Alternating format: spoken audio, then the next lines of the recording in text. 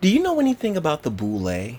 Apparently, it's a fraternity, Phi Pi Sigma, something like that. I'm not one of the Greek types, but yeah, it apparently holds the upper crest, the upper echelon of the Negro class. The bourgeois and country club types who sip their martinis and bang their blondes. So I mean, definitely a space for Hillary and Carlton Banks.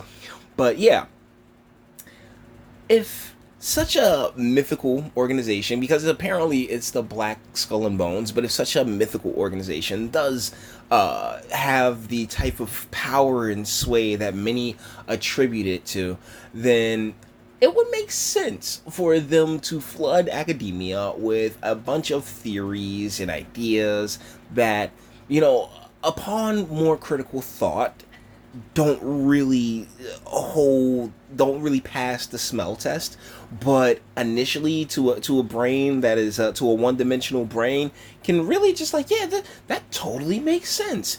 And that brings us here to another Atheism is Unstoppable video featuring post-traumatic slave syndrome. Now, I do believe there to be a level of credence to what took place back then having a lasting effect to that operates to this very moment. I just got finished watching Zion Williamson play. So yeah, like I definitely believe that there are lingering effects from such a time, but at the same time, this country has been flooded with so many different people who do not have that history in their blood, or saying didn't take that sacrifice, but present themselves as those who did and those who have, that really leaning all the way back to that era is pretty much pointless and fruitless, as well as us having so many challenges that we have at this very moment. Sitting there leaning on slavery is just a bad call, but this lady is gonna explain it to us, and Devin Tracy's gonna definitely, I mean, he's the white ambassador. He's the ambassador to the white race. What do you think he's going to do? He's going to sit here and try to shut it down. So let's get into it. Slave syndrome is not a thing. It's something that you created because you live in the world of academia and you have to bullshit in order to cash a paycheck. I see what you did. You took something that does exist, post-traumatic stress disorder, and you just changed stress to slave. Now, here's the deal. Look at this lady. How far do you think she could have gotten in, like, any other type of field? So yeah, they have to kick these theories around amongst each other that sound good on the surface, but ultimately with so many different people here, man. Like, if the like, one of the best examples I can use is Antoine Fisher. Denzel Washington sits Derek Luke down and he tells him, yeah, they used to do this to the slaves back in the day, and that mentality carried over, and it's just like, yeah, this mentality of I think beating the slaves or whipping the slaves, it carried over, and some people carry that generational pain to them. But what of the person who came from, saying Africa or any of the other places that, quote unquote black people come from? What about the Haitians who sit there and celebrate their independence every year? Like, oh yeah, Haiti's independence while we're in the United States. Like, whoa there, champ, what are you talking about? So, like, I don't think that it really passes the smell test on the surface level to place it here in 2019. Problem is, none of you bleeps went through slavery. So all we're talking about here is the psychological inability of you and your people, some of them, not all, to grapple with ancient history. It's kind of sad, it's very pathetic, but I'm going to make an attempt to hear her out and come into this with good faith, even though this is AJ+, so, I mean, it's already strike one and two. AJ Plus is trash bags. They got that, Office 8 Francesca, who does a lot of their presenting, and it's like with any fairly attractive female, it just makes sense until you give it a tad bit more thought. Family Guy has this great joke where they were back in is back in biblical times, and Peter was Joseph and Lois was Mary, and Peter goes up to Lois and he's like, yeah, can you tell me the story of how you got pregnant again? I mean, when you tell it to me it makes sense, but when I run it past the guys at the bar, like, they start poking holes in it. And so yeah, like let's go. An explanatory theory that really looks at multi-generational trauma. Are you traumatized? Is it okay? Are you going to be okay? You know what, though? It's already a win. You know why? Because we're talking about you and your victimhood. And you framed it as, oh, aren't you special? Look at what you've had to endure, even though you didn't. So the very fact that, and please pay attention to this, that we're even talking about the bleeps is a win. It scratched their itch already. Oh, me? We're talking about me? I'm the topic? I'm special? Okay, so can you, not contribute the entirety of the race onto this lady, Dr. Joy DeGruson? I'm not sure what the whole thing is. But, yeah, once again, lineage check, right? But either ways, it's more about her than anyone, because she's the one that's sitting here giving this presentation, and we know when it comes to the female, what do they like? They like their attention, so she would sit there and read the recipe to cornbread if AJ Plus had a camera in her face. All right, so let's not solely lay it on this insanely light-skinned sister's blanket to cover all of us, all of your black content admirers, such as I am. I don't call myself nobody's fan. The thing? No, you're not. You're a petty bitch, and it's funny and embarrassing to watch you try to portray the world as owing you something. It doesn't. One of the things that's difficult for people is their first response is, oh my God, that happened so long ago. We're talking about people being captured, shipped, sold, beaten. Okay, so captured, shipped, sold, beaten. Here's the deal. When it comes to, and I've brought this up 1,000,003 times, it is so nuanced and it's so complex, that time, that era, how we all got to where we are right now. It is a bunch of heartbreak and tragedy. But we're at this point, and I meant to bring this up in that T.I. video, a T.I. and Candace Owens video that I did before. They're like, oh my goodness, when was America great? When's America great? You can sit there on, on AJ Plus or on that Revolt TV Summit, and you can say damn near anything that you want. I mean, not really, because you got handlers and you got a message and narrative that you got to kick forward. So, but ultimately, you are given a platform and you are able to run your mouth at this very second, and that's pretty damn great, seeing where we've come from, right? So, yes, this was a traumatic thing that happened a very long time ago to ancestors of mine directly, and I'm saying, hey, yeah, thank you, ancestors. Really appreciate it. Grateful for what you contributed to it and what you helped build. Raped, experimented on. Okay, we're reviewing slavery and we're looking at a black and white photo. This is an actual photo with creases in it, and those people seem to be well dressed. People, it's like all chicks and like one dude. Come on, man. And well dressed, I guess, for the time. I don't know. I didn't live back then. I couldn't tell you what a dapper gentleman of the 1840s looked like. They appear to have housing. They're well fed. I mean, surely you should have gone to the one with the guy with the scars on his back, right? Remember that one guy with a picture of him? Yeah, that one. That's really terrible. Slavery bad. We understand. And then you have to ask the question, did the trauma continue? Yes. So 300 years of trauma, no help, free. What are you talking about 300 years? Who experienced 300 years of trauma? It's not like the... Devin, don't be disingenuous. She's talking about the generational thing. She's wrapping all of these generations of people up together. And deal is that you can cut off, oh my goodness, the entire game changed after the civil rights era was over. So as far as I'm concerned, we got plenty of shit right now. But yeah, what this lady and the big brains in black academia do is they focus so hard on that era because it keeps them distracted from this era and anything that they could be doing right now. And that's all it really is. It's just distraction. Ancient biblical days where people lived to be 800. Nobody experienced all that. What are you talking about? It doesn't pass over. Are we just going to pretend like this is a thing? Most people don't know anything about their grandparents' lives. They're like, your grandfather went through... And particularly within our communities, they parents' lives.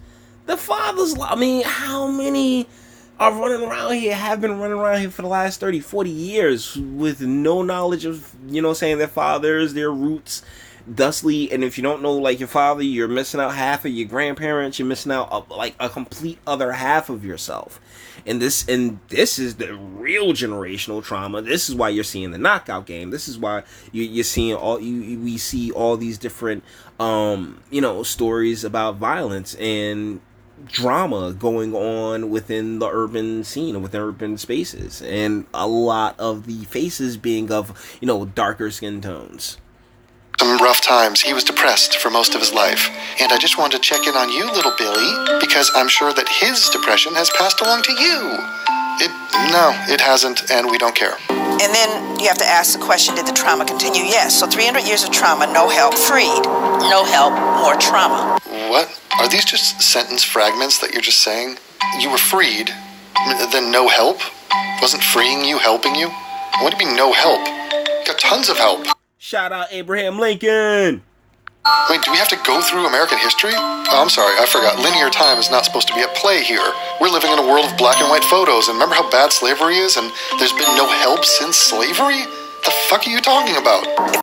Good question, because they've overhelped. They flooded with the welfare, and no man in the house rules, and they've been so quick to help. They've been so good, so gracious to just flood these communities with, a lack of incentive, no incentive to maintain the families and keep the people together with child support. Oh my goodness. I mean, like, used as weapons against men in these communities, the same men that they sit there and cry about when they get blasted in the middle of the street, or the ones that they didn't bother to give a father to guide them in the proper direction. Oh my goodness, yes. Yes, trust me, there's been plenty of help. Plenty of help. It's a sustained trauma, then the impact of that is also sustained. I mean, just keep saying it over and over again, and then it'll will itself into existence. Multi-generational trauma is a thing that, it's sustained because it's sustained. When we look at... Here's the thing, when it comes to the multi-generational trauma, I'm willing to agree with this woman, but the deal is that they did this on purpose. Back there in the, I've done videos on this. Literally, check out the official elected official, and I think I used the CBS report in this one as well, on this channel as well, where they make it very clear that they turned the projects into a surveillance state to get the people accustomed to being in the surveillance state. When it comes to the generational thing, you got generations of young men who run across their father, and man, first time I met my daddy was in prison. Like, I mean, these are real stories. These are things that people go through. These are the lives that the system has basically set up in these very dangerous and very poisonous environments. And yet, she's talking about slavery. Multi-generational trauma. We're looking at people who are maybe victims of natural disasters and their families and their children. What the hell is the natural disasters? Katrina, I guess, because it's New Orleans and there's plenty of, descendants over there. But, we're looking at, just people who aren't black in this still. And generations of folks who have experienced war. And we know that there are residual mental, emotional, traumatic impact. And what I did. What the hell that got to do with post-traumatic slavery? Whatever the hell she talking about? Was I started to look at the African American experience, starting with slavery. As opposed to what? As a real clear, long enduring trauma. I started to see that there were clear connections between that survival behavior. She really should be running somebody's Sunday school right now. Like, that's what I'm like. She should be reading. She should be like, like at a daycare or something else like that, just playing with the babies. Like seriously, Nana, like you should be playing with the babies right now. I'm not like you're saying like yeah, I'm in academia, and I'm going to sit here and I got all these different degrees and stuff like that, and in order to maintain your space in academia, you're like you know what. I'm gonna study the slavery and all this other stuff, and it's just like, how does this help us now?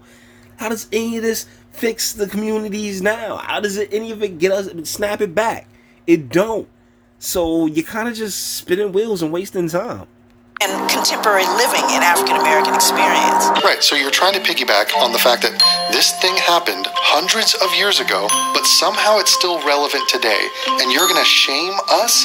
What is the point of this? What could the possible end game be of a piece like this? Are you asking for money?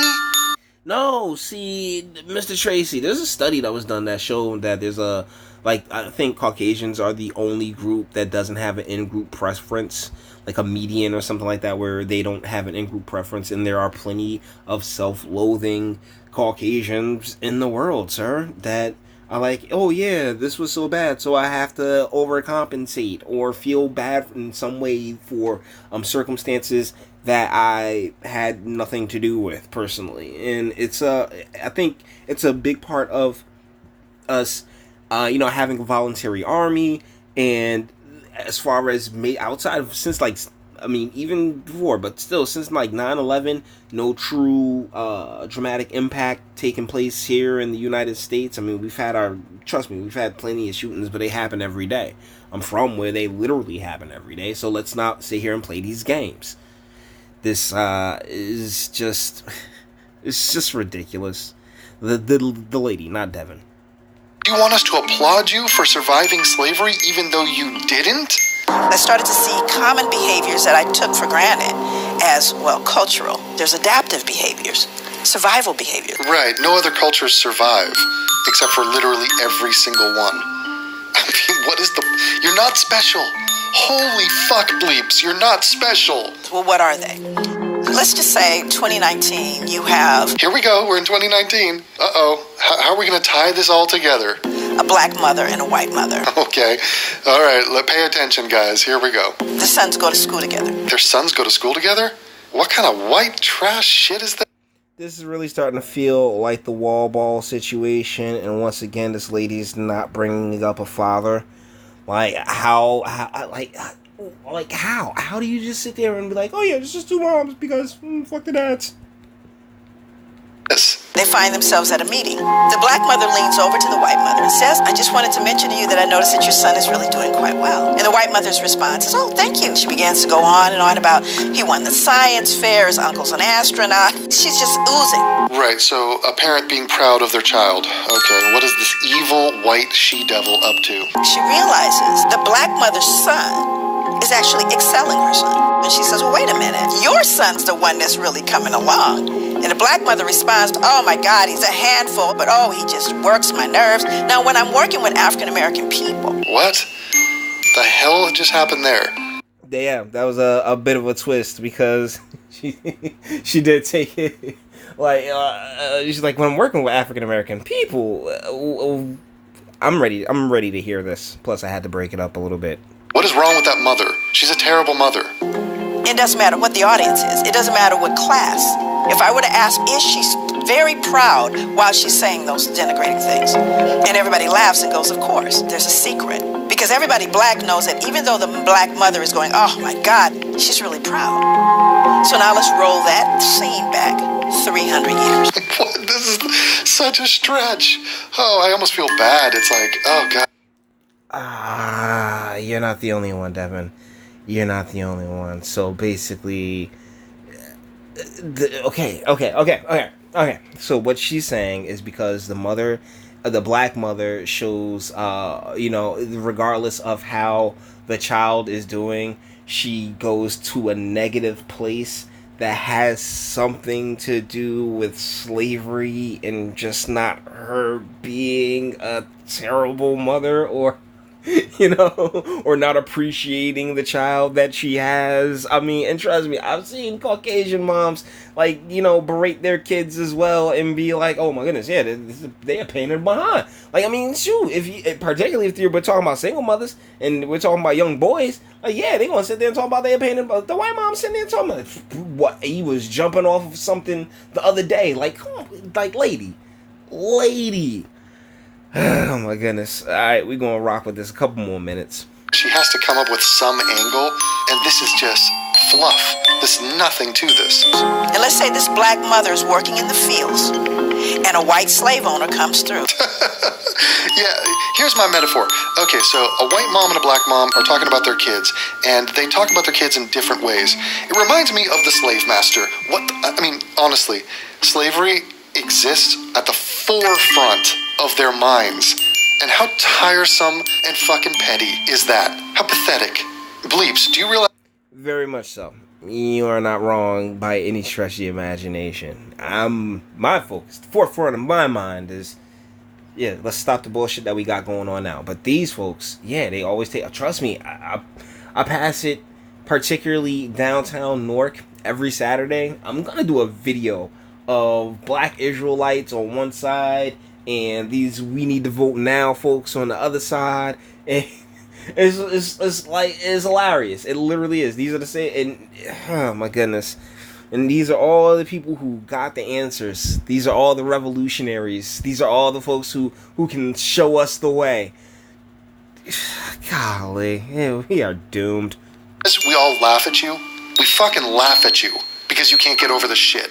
As if there's not new problems to contend with. As if slavery was the one and only thing to be concerned about. Fucking losers. Holy shit. Do you realize we're all gonna die? We're gonna die, motherfuckers. And you're gonna be bitching about shit from the 1800s when we do. Yeah, that's a fun little exercise in, I guess, climate change. Like, everyone dies, Devin. It's a part of life. It's the circle, bro. Take it easy, calm down, relax, have a drink of beer or something like that.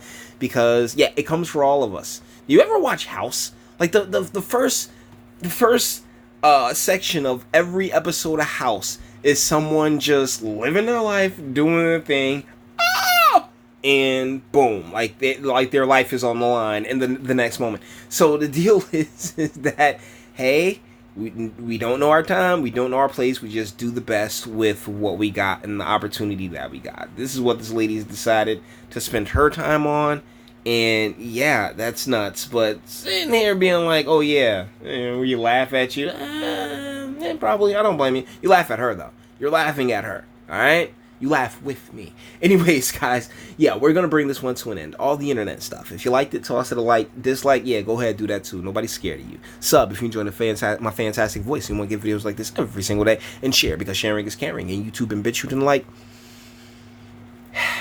C'est la vie. And speak. Let me know, what do you think in the comments? I'm just kind of weary and tired of all of these, this real gynocentric and feministic type mentality that is just we're victims, and there's no, and we got to go all the way back to slavery before we could take care of the BS that's plaguing our communities and our families right now. So, let me know what you think in the comments, and until the next one.